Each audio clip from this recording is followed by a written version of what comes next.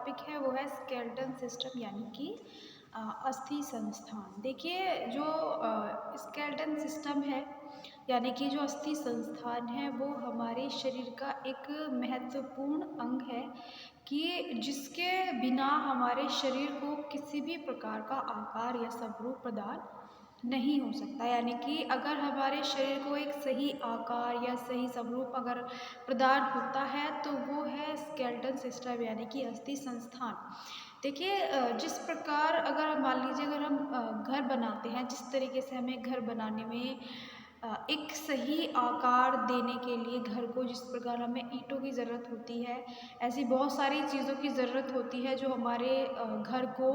एक सही आकार प्रदान करते हैं, एक सही शेप देते हैं। तो उसी प्रकार हमारे शरीर का स्केलेटन सिस्टम भी बहुत महत्वपूर्ण अंग है या हमारे शरीर का महत्वपूर्ण संस्थान है या भाग है जो हमारे शरीर को एक सही अ, आकार प्रदान करता है। क्योंकि अगर देखिए अगर हमारे हमारे शरीर में अस्थि संस्थान नहीं होगा तो सिर्फ हमारे शरीर में पहली बात तो इस शरीर की संरचना व्यक्ति सोच नहीं सकता। लेकिन अगर मान लीजिए अगर अस्थि संस्थान नहीं है शरीर में तो क्या रह जाता है, सिर्फ एक मांस का एक तरीके से मांस भरा शरीर रह जाता है जो हमारे शरीर को किसी भी प्रकार का आकार या स्वरूप प्रदान नहीं कर सकता। तो एक सही आकार प्रदान करना या एक सही स्वरूप प्रदान करना जिसके द्वारा एक शरीर की जो एक सुंदर आकृति है वो प्रदान होती है, वो होती है हमारी एक तरीके से अस्थि संस्थान के द्वारा। तो अस्थि संस्थान यानी स्केलेटन सिस्टम हमारे शरीर का महत्वपूर्ण अंग या महत्वपूर्ण भाग है।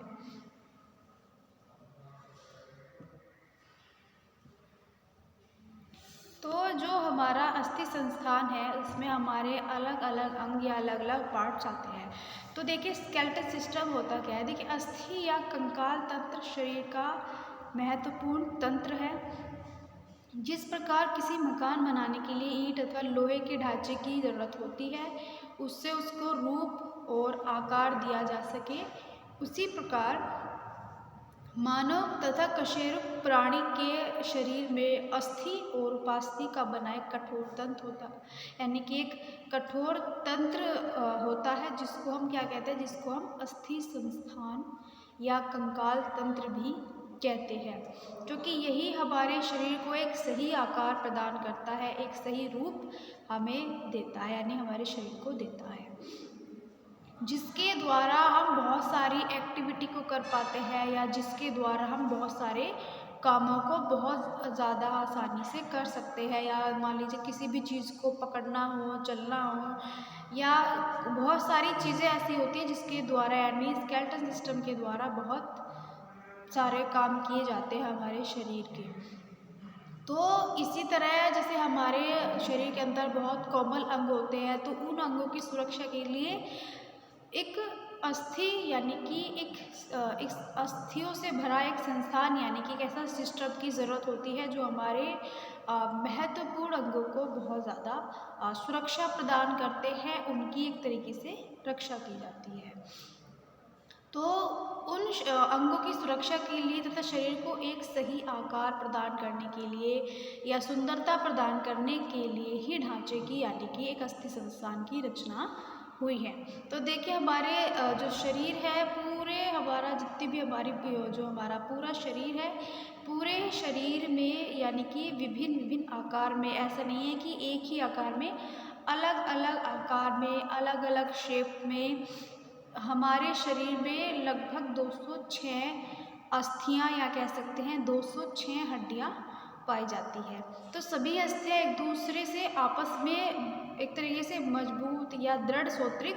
ऊतकों में बंधी रहती है, यानी कि वो एक दूसरे से बहुत ज़्यादा मजबूत जुड़ी रहती है या एक दूसरे से ज़्यादा मजबूत बंधी रहती है। तो जो हमारे शरीर की अस्थियां होती हैं कि ज़रूरी नहीं कि वे एक ही आकार की हो या जो उनकी आकृति है या जो शेप है वो एक ही आकार की हो। क्योंकि देखिए हमारे शरीर में हर अलग अलग आकार की, प्रकार की या अलग अलग शेप्स की, साइज़ की, हर तरह की अस्थियों का निर्माण होता है। तो अस्थियाँ छोटी, बड़ी, चपटी, पतली या मोटी भी हो सकती है, गोल भी हो सकती है, बारीक भी हो सकती है, लंबी भी हो सकती है। तो हमारे शरीर में विभिन्न आकार की अस्थियाँ पाई जाती हैं और जिस तरीके से उनका आकार होता है, शेप होती है, साइज़ होता है, वो उसी के अनुसार या उनके नाम, वे अपने नाम की होती है, यानी कि वे आकार और नाम की होती है। अलग अलग हमारे शरीर में अलग प्रकार की अस्थियाँ और अलग अलग नाम से जानी जाती है। तो ये हमारा स्केलेटल सिस्टम है कि इसमें कितने प्रकार की अस्थियाँ पाई जाती हैं, किस अस्थि का क्या नाम है या जो भी अस्थि है उसका क्या कार्य होता है हमारे शरीर में। तो देखिए अस्थियों की संरचना एवं बनावट यानी कि structure and composition of bone की जो एक हमारे शरीर की बोन होती है यानी कि अस्थि होती है कि वो किन किन चीज़ों से मिलकर बनी होती है या जो उनका उसका स्ट्रक्चर होता है वो किस प्रकार का होता है। तो देखिए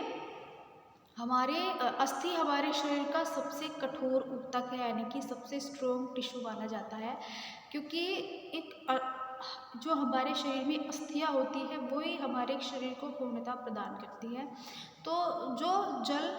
कार्बनिक तथा अकार्बनिक पदार्थों का बना होता है यानी कि जो टिश्यू होता है वो जल का, कार्बनिक और अकार्बनिक पदार्थों का बना होता है। इसमें लगभग 50% या 50% पानी तथा बाकी का जो पदार्थ होता है वो ठोस पदार्थ अस्थि में उपस्थित रहते हैं। ठोस पदार्थों में भी देखिए ठोस पदार्थों में हमारी बहुत सारी चीज़ें आती है, जैसे कि 2/3 अकार्बनिक, 1/3 कार्बनिक पदार्थ होते हैं। तो जो हमारा 2/3 कार्बनिक जो पदार्थ होते हैं उनमें क्या क्या आता है, उनमें आता है हमारा कैल्शियम, फास्फेट और मैग्नीशियम। तथा जो ठोस पदार्थ भी होता है वो हमारे शरीर में जो होता है वो 1/3 कार्बनिक पदार्थ होते हैं। तो जो हमारे शरीर की जितनी अधिकतर अस्थियाँ होती हैं यानी जो हमारी बोन्स होती हैं वो ज़्यादातर हाइलीन उपास्थि से विकसित होती है और केवल जो हमारी यानी कि जो हमारी खोपड़ी होती है, स्कल होती है, स्कल की खोपड़ी यानी कि उसकी हड्डी, खोपड़ी की हड्डी को छोड़कर जो तंतुमय ऊतक से विकसित होती है यानी कि जो हमारी खोपड़ी की हड्डी होती है वो उसको छोड़ कर के तंतुमय ऊतक से विकसित होती है। अस्थि का निर्माण करने वाली जो कोशिकाएं होती है उनको क्या कहते हैं, उनको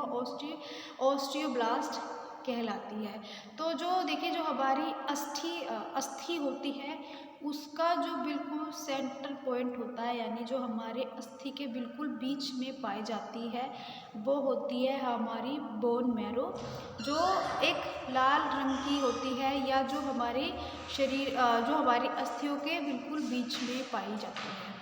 कुछ हमारी जो अस्थियाँ होती हैं, कुछ हमारी स्पंज अस्थियाँ होती हैं जो हमारी अस्थि होती है वो बाहर से बहुत कठोर होती है, लेकिन जो उनका आंतरिक भाग होता है, अंदर का पार्ट्स होता है वो बहुत स्पंज होता है यानी कि उसमें कहीं ना कहीं छोटे छोटे होल्स होते हैं जिनमें अलग अलग तरह का पदार्थ भरा होता है। तो सभी अस्थि अंदर से खोखली होती है यानी एक तरह की स्पंज उनके अंदर होता है जिसमें अस्थि मज्जा यानी कि बोन मैरो भरा रहता है, जिसमें रक्त नलिकाएं होती हैं जो अस्थि का पोषण करती है यानी कि वो अस्थि को पोषण करती हैं। तो अस्थियां जो होती हैं वो अपने कार्य के अनुसार, अपने अंग के अनुसार यानी कि जो अस्थियों का कार्य होता है वो उनके अनुसार या जो उनका किस अंग में वे अस्थियां हैं वे छोटी भी हो सकती हैं, बड़ी भी हो सकती है, लंबी भी हो सकती है, गोल भी हो सकती है। ये चीज़ें किस पर निर्भर करती है, वो निर्भर करती है कि वे किस पार्ट में है या वे किस हमारे शरीर के किस भाग का निर्माण करती है। तो वह उसी के अनुसार उनका आकार और साइज बनता है। तो अस्थियां हमारी यानी कि कार्य और अंग के अनुसार छोटी, बड़ी, लंबी, गोल तथा चपटी, ये थोड़ा सा गलत लिखा गया है, चपटी व अनियमित आकार की हो सकती है यानी कि कुछ अस्थियां हमारी ऐसी होती है कि उनका कोई नियमित आकार नहीं होता यानी कि वो अनियमित आकार की होती है। जैसे हमारी कलाई में गोल,